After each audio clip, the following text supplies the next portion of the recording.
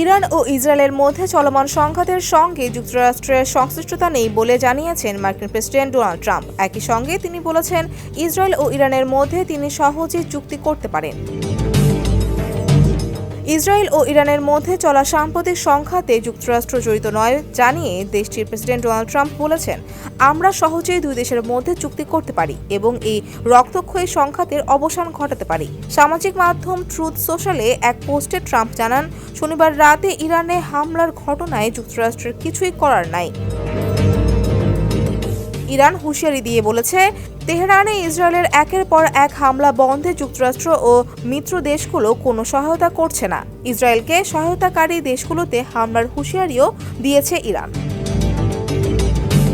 এ প্রসঙ্গে ট্রাম্প বলেন, ইরান যদি আমাদের উপর যে কোনো ধরনের যে কোনো উপায়ে হামলা করে তাহলে যুক্তরাষ্ট্রের সশস্ত্র বাহিনী এমন তৎপরতা চালাবে যা আগে কখনো দেখা যায়নি। তিনি আরও বলেন, তবে আমরা চাইলে সহজেই ইরান ও ইসরায়েলের মধ্যে চুক্তি করতে পারি এবং এই রক্তক্ষয়ী সংঘাতের অবসান ঘটাতে পারি।